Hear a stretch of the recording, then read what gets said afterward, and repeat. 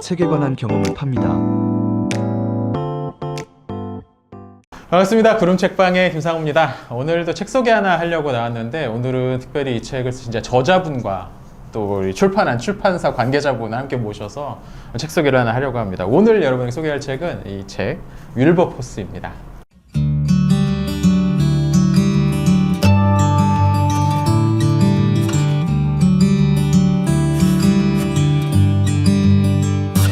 자, 먼저 반갑습니다. 네, 반갑습니다. 우리 교수님. 우리 소개를 간략하게 한번 소개 한번 해주시죠. 네, 안녕하세요. 경북대학교 사학과에서 역사를 가르치고 있는 윤영휘입니다. 반갑습니다. 반갑습니다. 네, 안녕하십니까. 또 인사드립니다. 홍성사 송민규 주임입니다. 네, 그런, 시키진 않았는데 그런 거 아주 좋습니다. 그런 거 아주 좋습니다. 몇 번 나왔으니까 이제 감을 잡았죠. 네, 오늘 이제 소개할 책이 이제 윌버포스인데, 이 윌버포스 이전에 혹시 아셨어요? 저는 이름만 들어봤어요. 이름만. 네네네. 그죠. 이제 이름은 이제 우리가 좀 유명한 그쵸. 그런 책, 네. 그 인물이긴 네. 한데, 저는 이 인물에 대해서 이렇게까지 이제 본격적으로 이렇게 읽어보게 된 건 처음이었던 것 같아요. 책들이 또 옛날에도 책이 여러 권 좀 나와는 번역된 있었는데, 책들이 있었죠. 맞아요. 그렇죠. 그리고 이 책을 일단 한국 저자가 썼다는 게 일단 문장을 읽을 때 너무 편하고 좋아요. 그쵸. 이런 책. 아무리 번역을 잘하셔도 그 외국의 문체 특유의 네. 어떤 그런 맞아요. 방식이 있는데 네, 맞아요. 이게 참 좋습니다. 교수님이 읽기 편하게 잘 쓰셔가지고, 그리고 의도도 머릿말에 잘 나와 있어서 이 책을 이해하는 데 있어서 좀 도움이 많이 되더라고요. 네, 저자분 가운데로 꼭 계속 얘기를 좀 하는데 일단 책이 잘 만들어졌다는 이 얘기를 좀 하고 들어갈 것 같습니다. 일단 양장본인데 네. 이 사철 방식이죠 이게. 네. 실로 이렇게 꿰어가지고 이렇게 쫙 펴지면서 이렇게 볼 수 있는, 저 이런 책 너무 좋아하는데. 저는 이 뭐죠? 네. 책 네. 이거 줄이는 가름줄. 거. 네. 이거 너무 좋아하는. 그렇죠. 옛날 책이 이랬잖아요. 네, 맞습니다. 약간 아날로그 방식이 네. 좋습니다. 그리고 표지도 그렇고 이 정면 표지가 약간 밋밋하게 느껴질 수도 있는데 뒤에 이거가 되게 네.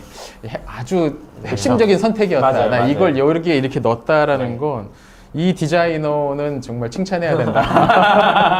제가 잘 전달해 드리겠습니다. 생각이 들었습니다. 이 시리즈로 좀 뭔가 계속 낼 생각이 있는지는 모르겠는데 저는 이런 식으로 이런 인물, 이 정도 중요도에 있는 인물이라면 좀 더 시리즈로 내줘도 괜찮을 것 같다는 생각이 들 정도로 일단 외형적으로 아주 만족스럽습니다. 감사합니다. 이제 몇몇 분들 좀 드렸는데 다들 첫 번째 얘기한 게 디자인 좋다. 그렇죠. 예. 아주 저도 만족스럽습니다. 다행이네요. 이제 다만 아쉬운 건 이제 양장본의 한계야 이거는. 네. 이제 우편으로 배달이 오면 끄트머리가 꼭 이렇게 그쵸. 깨져 이게. 양장본 이건 참 그래요. 아쉬워 이게. 자, 그럼 이제 책 이야기로 한번 이제 들어가 보죠. 네. 왜 윌버포스란 인물 이야기를 이제 이게 쓰시게 된 건가? 그 동기가 어떤 건지 한번 좀 궁금합니다. 이제 윌버포스는 이제 약간 저한테는 숙제였어요. 그러니까 석사 논문을 이제 클레펀파 이 책을 읽어보면 알겠지만 윌버포스의 그 복음주의 동료들 클레펀파의 그 도덕개혁에 관해서 썼었는데 그때부터 이제 윌버포스라는 사람이 되게 중요한 연구 주제, 연구 인물이었던 거죠. 박사 논문도 이제 노예무역 폐지운동과 복음주의 정치에 관해서 썼었는데 거기서도 아주 중요하게 다뤘었고, 그래서 적어도 한 20년 넘게 항상 마음속에 숙제라면 숙제, 아니면 이루고 싶은 어떤 목표로 윌버포스에 대한 연구서를 써야겠다, 책을 써야겠다라는 생각을 항상 마음 한구석에 이제 갖고 있었습니다. 그리고 이제 안타깝게도 이제 국내에 그런 책이 별로 없었었죠. 거기서 필요성이 생긴 거고요. 뭐 그 전에 두란노에서도 나왔고 또 어디서도 나왔죠. 몇 번 번역된 적이 있었는데 좋은 책이지만 일단 좀 오래됐습니다. 1980년대 나온 책들이고 그래서 연구라는 게 트렌드가 있는데 요즘 트렌드가 반영이 안 된 측면이 있고 또 번역을 아무리 잘해도 또 이제 아쉬움이 있거든요. 그래서 우리나라에 좀 종합적으로 윌버포스라는 사람을 소개할 만한 책이 없구나. 거기에 대해 필요성을 느꼈고 또 이걸 한국 독자들이 또 받아들일 수 있는 그런 언어로 표현하고 싶었고요. 그래서 이 책 쓰는데 4년이 넘게 걸렸는데요. 정말 많이 읽었고 일기를 50년 써요. 그러니까 진짜 한참 어떤 것도 핸드라이팅이에요. 또 되게 어렵거든요. 그런 거 찾아서 읽고 했던 그 시간들이 갑자기 막 스쳐 지나가네요. 그런데 한 가지 또 뭐 말씀하셨는데 또 강조하고 싶었던 건 이제 많은 내용을 담았지만 또 이제 한국 독자들이 좀 쉽게 읽을 수 있는 책을 만들고 싶었어요. 그래서 한 챕터를 쓰면 와이프한테 읽어보라고 했었어요. 우리 아내가 읽어보고 우리 아내가 일부러 약간 좀 일반 독자들의 역사를 공부하지 않은 일반 독자들의 시선으로 막 질문을 하고 물어보고 하면은 아 그렇겠구나. 그래서 그걸 문체도 고치고 내용도 설명하고 하는 노력도 그동안 있었습니다. 네. 사모님에게 인생 일부를 아니, 전부인가요? 본인은 전부를 원래 사실 이 책이 저희 원고로 넘어왔을 때 가제가 그 클레펌 공동체였어요. 네. 그러다가 어느 순간 윌버포스로 갑자기 이름이 바뀌었는데 그 클레펌 공동체가 되게 저는 중요하다고 느꼈었거든요.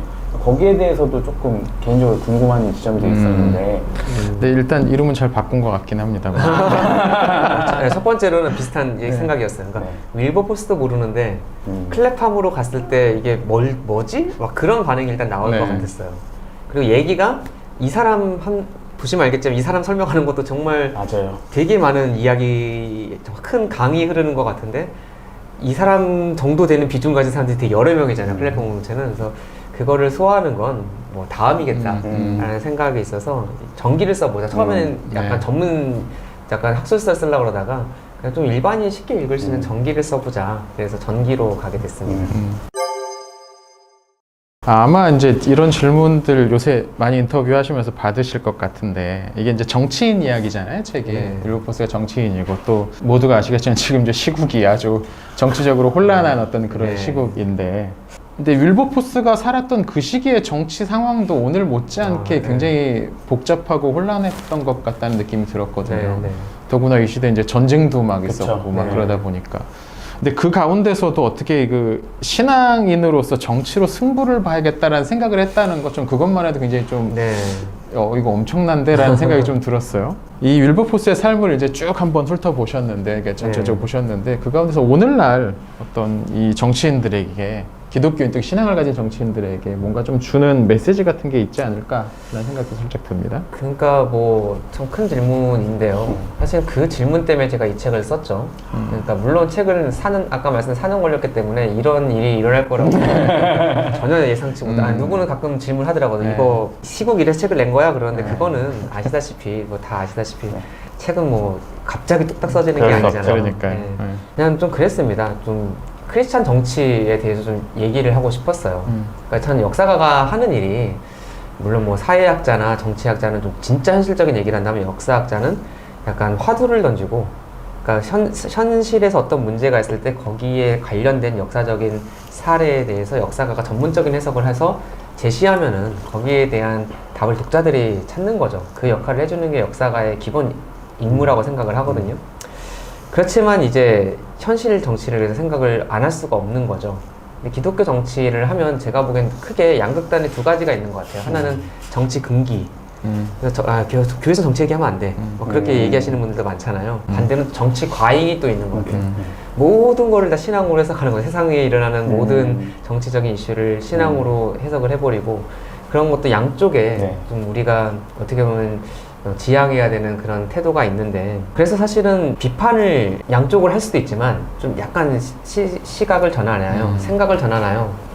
좀 좋은 예를 보여드릴 수 있지 않을까? 역사 속에서 있었던 크리스찬 정치의 좀 좋은 예가 있지 않을까? 그걸 좀 얘기해 주는 게 또 우리 역사가 역할이 아닐까 해서 제가 관심이 있었던 윌버포스가 그 역할을 해줄 수 있는 좋은 인물이라 생각을 했어요. 그 목사님이 책 소개하신 거 제가 한번 영상을 봤는데 그 하나님의 정치라는 책 있잖아요. 지금 어디 있어? 그 사람이 이제 저항자들의 희망을 얘기해야 된다. 오늘날 만연되는 편협한 신앙, 불의, 경멸, 냉담, 폭력을 없앨 수 있는 희망을 제시해줘야 된다. 라고 그 사람이 썼잖아요. 제가 되게 옛날에 그 책을 읽으면서 공감했던 그런 표현이었는데 그러니까 그릇된 것에 대해서 반대도 중요하지만 대안을 찾아 제시하는 노력도 사실은 우리가 해야 되잖아요. 그래서 윌버포스라는 사람이 전 중요하다고 생각을 했고 그런 내용을 이 책에 담았습니다. 그렇죠. 말씀하신 거 오늘날 이제 뭔가 그 의회 개원하면 이제 새로 이제 뽑혀가지고 개원하면 기독교 신문들에서 이제 그런 얘기들 많이 하냐. 올해 이번에는 300명 중에 기독교 비중이 몇 명이고 막. 근데 그때만 이 사람들이 기독교인인 것처럼 그 뒤에 이 의원들이 뭔가 기독교인으로서 의원으로서 뭔가 의정 활동을 하고 있는 모습 같은 것들은 사실 잘 드러나지 않잖아요. 그게 안타까운 현실이죠. 근데 그게 왜 그럴까 생각해 보면 그러니까 정치 금기만큼이나 우리가 좀 조심해야 되는 정치 과잉인데 모든 거를 신앙으로 정치를 해석해버리면 이데올로기가 될 가능성이 있습니다. 그렇게 되면 또 정파적이게 되죠. 제가 책 한 부분에서 강조했던 게 윌버포스를 비롯한 그때 크리스찬 정치인들은 정치적이지만 정파적이지 않았다라는 표현을 쓴 적이 있어요. 윌버포스는 의도적으로 독립파였고 당시도 아주 그쵸, 확고한 그쵸. 양당제였거든요. 맞아요. 토리와 희그가 네. 있었는데 그러니까 의도적인 거죠. 네. 지금 우리나라 무소속이랑 좀 달라요. 네. 의도적으로 한쪽 정파에 속하지 않고 사안에 따라서 어떤 이슈에 따라서 성경적인 가치관, 하나님의 뜻을 반영하는 그런 목소리는 다양한 정파와의 관계 속에서 나올 수 있기 때문에 의도적으로 한 정파에 들어가지 않은 거죠. 그런 태도가 좀 필요한 것 같아요. 자기가 되게 좋아하는 이슈, 되게 중요하게 여기는 이슈를 말하는 정파가 있으면 거기에 자기를 일치시키고 그쪽은 되게 정말 모든 것이 옳은 것처럼 생각하고 반대쪽은 악마화해버리는 그런 태도를 우리가 너무나 쉽게 이렇게 취하는데 안타깝게도 우리가 아는 크리스찬 정치인들한테서 그런 모습이 많이 나타나는데 또 이런 분들이 윌버포스 얘기도 많이 하시는데 본받고 싶은 윌버포스는 막상 어떤 태도를 취했는가 생각해볼 네. 필요가 있는 것 같습니다. 들으면서 우리나라 정치에서 참 적용하기는 지금 시국에서는 또 우리의 역사를 이렇게 돌아보면 참 쉽지 않은 겠구나라는 생각이 문득문득 드는데 그러니까 이제 독립파 내지는 중립파라고 불리는 그 사람들의 존재 자체가 약간 좀 독특한 것 같아요. 그렇죠, 이렇게. 맞아요. 그러니까 이제 기계적인 중립을 지키는 게 아니라 네. 사안에 따라 적극적으로 네. 정말 정파를 너무 협력했던 거죠. 그러니까 그게 좀 다른 것 같아요. 사실은 어떤 사안에서는 기계적인 중립이 악의 편을 드는 거일 수도 있거든요. 아, 그렇죠. 그 하나님의 큰 뜻은 어느 한 정파가 오롯이 대변하는 게 아니라 사안에 따라서 되게 다양한 목소리 속에서 나타날 수 있다는 생각을 좀 가질 필요가 있지 않나. 정파적 사고라는 게 되게 사람을 무섭게 몰아가는 것 같아요. 생각을. 제가 뭔가 어떤 책에 대한 리뷰를 쓰거나 뭔가 글을 썼을 때 야 너 그러니까 민주당 지지자라는 거냐? 그렇죠. 난 그 얘기를 하지 않았는데 그렇게 그냥 어떤 나오죠. 사안에 대해서 네. 이게 이런 면이 있고 저런 면이 있다라고 이야기를 하는데 일단 그거에 빠져버리면 다들 네. 그냥 이분 그쵸. 법으로 그냥 생각을 해버리는 거니까. 안타깝게도 요즘에는 참 사회가 우리나라뿐 아니라 전 세계적으로 중간 지점에 있는 사람들이 설 자리가 없어지고 있죠. 근데 그럴 때일수록 약간 적극적인 의미의 어떤 중간 지대에 있는 사람들이 필요한 것 같아요.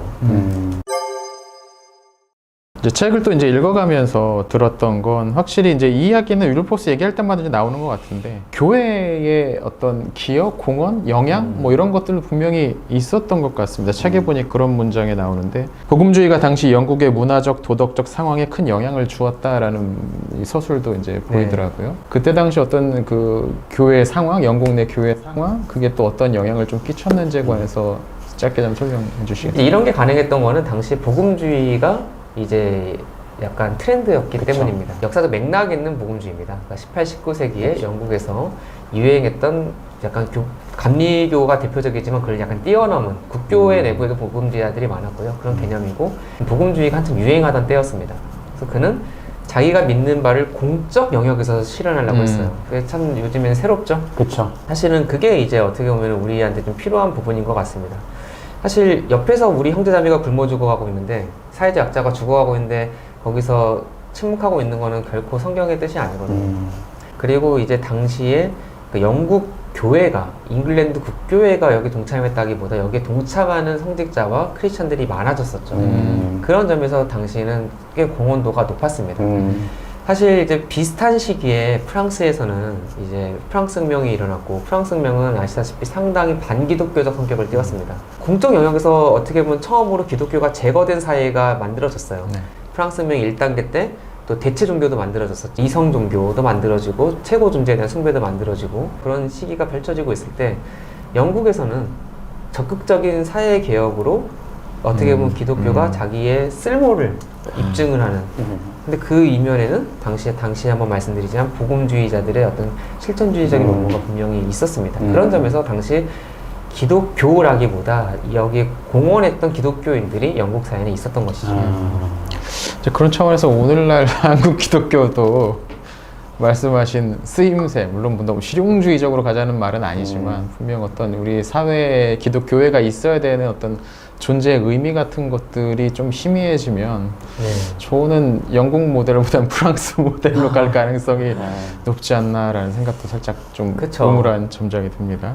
네. 그러니까 세속주의가 지금만 있는 게 아니에요. 지금 우리가 사는 사회가 되게 세속적이라 생각하지만 사실 세속주의는 뭐 정말 늦게 봐도 프랑스 혁명 정도부터는 어떻게 그 이전부터 영국 프랑스를 비롯한 유럽 사회에서 사실 지식인들 사이에서 성경에 대한 절대성이 사라지고 그리고 기독교적 가치관, 윤리관에 대한 믿음이 흔들리고 있었던 건 여러 가지 증거들이 얘기를 해주고 있거든요. 근데 그거를 이제 극복해내는 사례, 적어도 거기에 대해서 교회가 효과적으로 대처하는 사례를 살펴봤을 때 윌버포스와 또 그로 대표되는 복음주의 정치가들, 또 영국에서 복음주의가들의 어떤 그런 활동들은 분명 언급될 가치가 있고 현대를 사는 우리에게도 분명 시사점이 있습니다.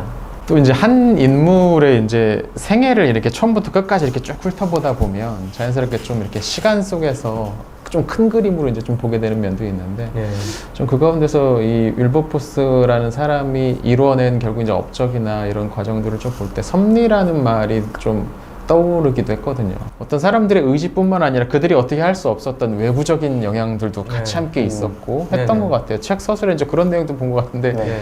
한동안 좀 이렇게 처졌던 이 노예무역 폐지파를 다시 한번 이렇게 북돋았던 게 오히려 유럽 대륙에서 일어난 전쟁 때문이었다. 네. 이게 어쩌면 오늘이 마지막일지도 모른다. 네, 망하기 전에 우리 이거 해놓고 가야 된다. 어떤 그런 갑자기 막 불타오르게 만들기도 하고 그런 차원에서도 이 이야기를 좀 설명해 볼 수 있지 않을까 싶습니다. 이것에 이제 영향을 네. 끼친 윌버포스의 노력 이외의 것들도 사실은 이제 제가 최대한 뭐 기독교인이지만 최대한 그냥 뭐 일반 역사학에서 다루는 내용으로 웬만하면 네. 설명을 다 하려고 했어요. 왜 그 성공을 거뒀을까라고 얘기할 때는 저는 프랑스 대혁명과 나폴레옹의 등장으로 좀 설명을 합니다. 그러니까 이제 전례 없는 위기예요, 한마디로. 특히 나폴레옹은 이제 영국 빼고 사실상 전 유럽을 지배했고 본련후에 그 30만 대군을 직결해가지고 넘어오려고 하고 있고 사실 영국 역사에서 뭐 히틀러 정도에 맞먹는 그때 위기에 맞먹는 상황이 펼쳐진 거거든요. 사람이 위기 속에서 놀랍게도요. 그러니까 이 사례가 아니어도 위기감 속에서 개혁이 실천되는 경우가 많습니다. 역사를 보면. 그래서 비슷한 거예요. 이런 위기감 속에서 사람들이 약간 자기를 반추하게 되죠. 우리도 그러지 않습니까? 뭐 이렇게 저도 옛날에 대학교 1학년 때인가 2학년 때인가 오늘 그때 그 약간 썸 타던 자매랑 영고백 1차임을 당하고 온 적이 있었어요. 집에 왔는데 그때는 아실지 모르겠지만 성적표가 집으로 왔거든요. 근데 딱 집에 왔는데 어머니가 그걸 읽고 계신 거죠. 그래서 되게 뭐라 하시고 아침에 일어났더니 국방부에서 어서 오라고 인경통제사가 왔던 그때 아침에 제가 일어나서 뭔가 내가 잘못 사나? 그 생각을 했던 적이 있어요. 잘못 사나. 비슷한 거예요. 당시 사람들이 복음주의 정치가들이 이런 맥락 속에서 우리가 뭔가 지금 잘못하고 있나라는 그런 멘탈리티가 퍼집니다. 영국의 레스터 대학 존 카피 교수 같은 사람이 논문을 많이 썼는데 의사록의 그 디스코스 담론을 분석을 많이 해보면 그러니까 반노예제 담론을 분석을 많이 해보면 놀랍게도 1807년 노예무역 폐지법안 통과 당시로 갈수록 하나님의 심판, 정의, 어떤 인과응보 그런 약간 그런 식의 담론이 되게 많이 증가를 해요. 저도 확인을 한 바고요. 그래서 뭐 이거를 이제 일반적인 역사학에서도 설명을 많이 하죠. 어떤 개혁이 일어났을 때 위기감, 종말론적인 의식, 심판에 대한 두려움 이런 거가 개혁을 부르는 경우가 많이 있고요. 그리고 이제 우리는 기독교인들은 여기서 이제 하나님의 섭리라는 걸 얘기를 할 수가 있겠죠. 실제로 윌버포스도 이제 1807년으로 가면서 섭리라는 단어를 사용합니다. 프라비던스라는 단어를 사용합니다. 그래서 역사는 이제 오롯이 개인으로 설명할 수는 없죠. 그렇죠. 구조 속에서 봐야 되죠. 그렇죠. 이 구조를 우리가 볼 때 분명히 영제국이 처했던 위기에서 노예무역 폐지 운동의 성공도 얘기를 해야 되지만 또 크리스찬의 관점에서 보면은 또 그 구조를 만들어낸 하나님의 섭리를 또 얘기할 수 있을 것 같습니다. 책 말미에 저는 이제 그 부분 되게 인상적이었는데 윌버포스가 이제 떠날 때가 됐다. 내가 이제 정계를 떠날 때가 됐다라고 결단을 하고 앉아가지고 차분히 또 이유를 한번 적어봤다는 부분이 나오잖아요. 체력도 옛날 같지 못하고 뭐 그런 뭐 연설을 하는데 다음 날 생각이 안 나고 막 그래서 아 이제 내가 떠날 때가 됐구나라고 해서 그만두겠다고 과감하게. 좀 그런 결단을 할 수 있는 것, 떠날 때가 언제인지를 정확하게 알 수 있는 것, 이것도 참 그 사람을 어떤 사람을 평가하는데 마지막이 멋있어야 되는데 이 사람 마지막까지 이렇게 멋있구나라는 생각을 했었어요. 정치라는 이유가 확고했기 때문인 것 같아요. 그러니까 저도 어느덧 이제 나이가 들고 주변에 친구들이 어느덧 이제 많이 성장을 해서 정치하는 친구들도 있거든요. 근데 약간 안타까운 점이 있어요. 그러니까 뭐 정치를 왜 하니 물어보면 뭐가 하고 싶어서가 많아요. 그러니까 뭐 국회의원이 하고 싶어서 또 된 친구도 있고, 뭐 시장 아니면은 뭐 대통령까지도 얘기하는 친구들이 있는데 좋죠. 또 정치인이 그런 일종의 좀 어떤 꿈도 있어야죠. 그런데 하고 싶은 일이 뭔가, 내가 왜 해야 되는가, 그 고민이 없는 게 좀 안타깝다는 생각을 한 적이 있습니다. 책에 나오죠. 윌버포스는 회심을 하고 원래 정계를 떠나려고 했죠. 근데 그가 정치에 남게 된 이유는 할 일이 있었기 때문입니다. 정치인으로서. 그게 이제 노예무역 폐지와 관습의 개혁이었는데요. 그러니까 신적인 소명이 분명 있었던 거죠. 막스 베버가 얘기한 소명으로서 정치를 가장 어떻게 보면 모범적으로 실천한 사람이 이 사람인데, 자기가 할 일이 있었기 때문에 정치에 남아 있었고, 그 일이 끝난다고 생각했기 때문에 뭐 미련 없이 그 일을 그만둘 수 있었던 것 같아요. 어떤 직위가 인생의 목적이 아니라 일이 소명이 목적이 정치하는 이유였기 때문에 거기서 자기 역할이 끝나간다고 느꼈을 때 별로 아쉬움이 없었던 거죠. 그래서 잘 보면 이 사람이 할 일이 남아있는데 간두는 게 아니에요. 할 일이 남아있는데 간두면 무책임한 거죠. 근데 이제 윌버포스뿐 아니라 클레퍼마 멤버들은 후계자들을 양성했고, 토마스 벅스턴 같은 사람 있잖아요. 또 노예무역 폐지도 자기만의 일이 아니에요. 맞아. 자기는 이것의 이 없어지는 프로세스의 한 부분을 감당했을 뿐이에요. 그 다음 타자가 나타났을 때 그럼 당신이 하는 게 맞겠습니다 하고 그는 이제 그 자리를 오히려 비켜줬던 거죠. 그리고 이제 클레팜 2세대가 이제 책에서 나오지만 이제 노예 재폐지할 때는 그 자녀들이 다음 세대가 가서 되게 중요한 역할을 하잖아요. 그리고 마지막까지 이제 노예무역 반노예제 세력의 1세대와 2세대 사이의 가교 역할을 또 윌버포스는 또 하지 않았습니까? 또 방향을 잃었을 때, 특히 마지막에 노예제 폐지 방식으로서 막 여러 가지 방향을 잃고 좀 이렇게 할 때 또 오랜 경륜을 가지고 어떻게 해야 되는지 방향을 제시해주는 어떤 어른으로서의 역할, 그런 걸 해주면서 마지막까지 자기 역할은 했지만 또 욕심은 없었던, 왜냐면 이건 자기 일이 아니기 때문에 그런 모습을 또 보여준 점이 저도 멋있는 것 같습니다. 그러니까 어른이 없다는 게, 어른이 좀 희귀해졌다라는 게 우리 시대의 좀 안타까운 부분인 것 같아요. 맞아요. 이런 생각, 또 어떤 정파적인 이익이 아니고 맞아요. 전체를 위해서 어떤 조언을 하거나 권고를 해줄 만한 그런 분이 없다는 게 좀 우리 사회로서 좀 손해가 아닌가, 그런 생각도 좀 듭니다. 맞습니다. 자, 오늘 여러 가지 이야기 해주셨는데, 특별히 이제 마무리로 우리 윌버포스 이야기가 오늘 우리에게 주는 가장 중요한 교훈을 한마디로, 한 가지로, 좀 어려우시겠지만 길게 얘기하셨지만 뭐가 있을까요? 저는 그 제목을, 부제를 스테이츠맨, 정치가의 길. 정치가의 길로 잡았잖아요. 이제 홍성사에서 몇 가지로 의견이 나왔었잖아요. 부제를 잘 선택한 것 같고, 사실은 제가 계속 연구하면서 이제 마지막 1년을 캠브리지에서 연구년을 보내면서 참 되게 오랜만에 한국을 떠나니까 진짜 혼자만의 시간이 있고 혼자 보내는 시간이 많았거든요. 그래서 생각이 정리되면서 수면으로 떠오른 단어가 이제 그 스테이츠맨이었는데요.